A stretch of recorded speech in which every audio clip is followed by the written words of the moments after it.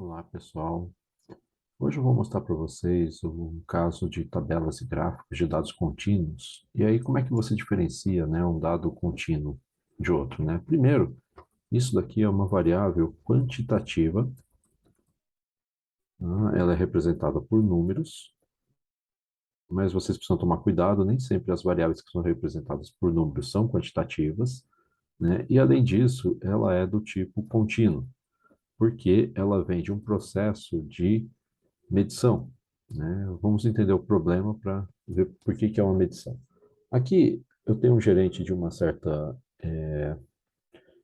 de uma mecânica na qual eles querem verificar melhor uma distribuição dos custos para se consertar partes de um motor. E aí eles pegaram quanto que cada um dos 50 consumidores, né, os últimos 50 consumidores gastaram. E aí eu tenho esses valores aqui, né, que são que eu vou trabalhar. E aí, para eu poder trabalhar com esses valores, eu vou criar uma tabela.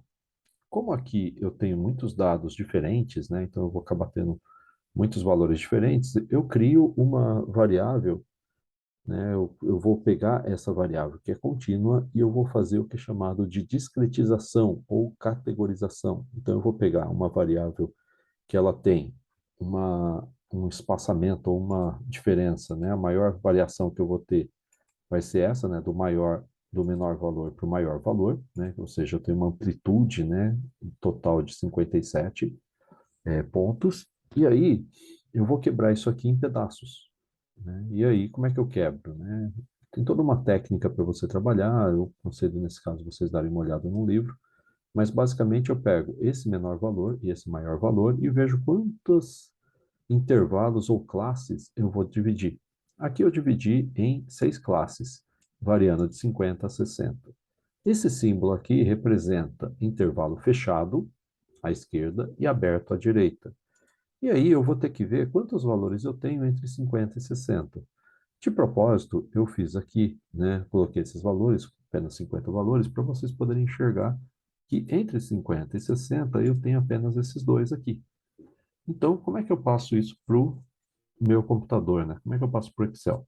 Eu vou usar um comando chamado conte.sys, certo? Eu vou pegar e trabalhar com mais de uma condicional.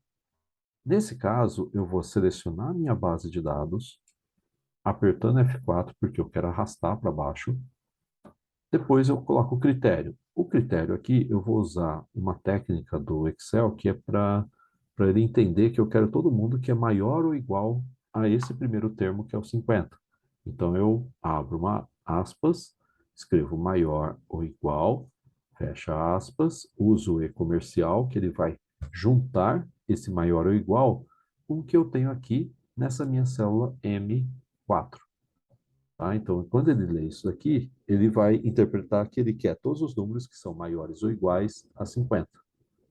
E aí eu aperto ponto e vírgula, seleciono novamente a minha base de dados, aperto F4 e ponto e vírgula novamente, e agora eu vou dizer que eu quero todo mundo que é menor do que o valor que está aqui na O4. Então, nesse caso aqui, eu quero, abre aspas, menor, fecha aspas, e comercial, e eu seleciono a O4. Ou seja, na O4 está o número 60. Então, eu quero todo mundo que é menor do que 60. Tá? E aí ele vai contar e vai me dar exatamente esses dois valores aqui.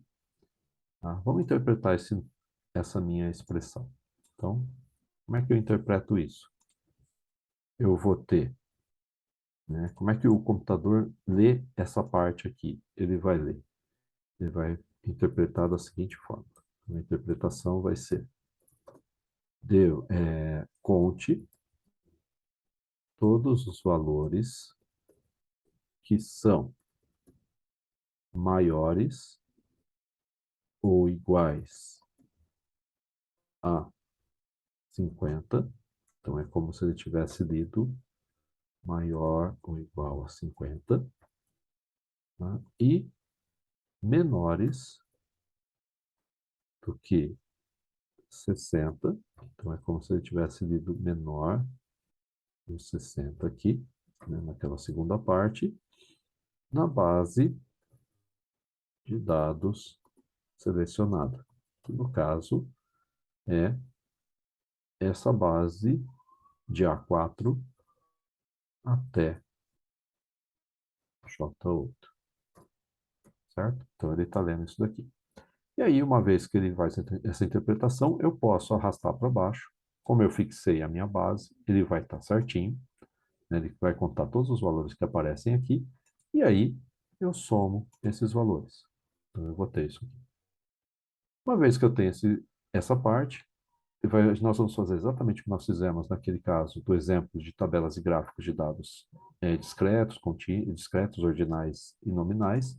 Nós igualamos o primeiro, nós vamos fazer o de cima mais o do lado, vamos fazer o de cima mais o do lado, né? E vou fazendo isso para todos até o último valor.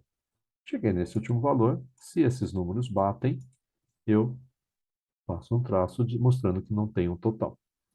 Tá? Quando eu pego frequência relativa simples, eu vou pegar a frequência simples e dividir pelo total geral. Aperto F4 para fixar e arrasto aqui para baixo, certo? Eu só fixei o total porque eu queria arrastar, tá? Senão não seria necessário. Somando isso tudo, tem que dar 1. Então, tá certo. Venho e seleciono os valores e deixo em porcentagem, tá? Eu sempre dou uma olhadinha para ver se tem caso decimal. Se não tiver, volta. Depois, eu igualo o primeiro, faço o de cima mais o do lado, faço o de cima mais o do lado. Quando eu percebo que eu estou fazendo sempre a mesma coisa, eu posso arrastar aqui para baixo. Esse número é igual a esse e tenho essa resposta aqui. Essa é a minha tabela de frequências para dados contínuos. E aí eu já fiz a minha segunda parte, que é a tabela de frequências. Um gráfico de barras, né, que nós costumamos trabalhar, ou de colunas, também vai ser um gráfico especial. Né? No caso aqui, eu costumo trabalhar mais com gráficos de colunas. Então, ele também é chamado de histograma, ok? E, em conjunto com esse histograma, nós fazemos também um polígono de frequência. Se você não estiver usando uma versão mais antiga do Excel, dá para você trabalhar com fazendo, né, o gráfico também, só que você vai fazer usando uma outra técnica que eu vou mostrar daqui a pouquinho. Então eu preciso criar uma tabela auxiliar. Essa tabela auxiliar, eu vou criar um nome para essa classe, tá? Então posso chamar, por exemplo, de C1, C2, C3. Aí por que C1, C2 e C3, né? Eu estou dando um nome para elas aqui, ó, chamando de C1, C2, C3 e assim por diante, né? Até embaixo, até a última aqui, C6, tá? Que essa ideia é... Por que que eu chamo de C, né? Porque eu estou chamando de custo. Então, ele representa o custo que é gasto. Aí eu faço, primeiro, um histograma, gero um histograma e vou ter um polígono aqui, tá? Esse polígono de frequências. Daí, eu vou fazer uma cópia exatamente da frequência relativa simples, tanto para o histograma como para o polígono.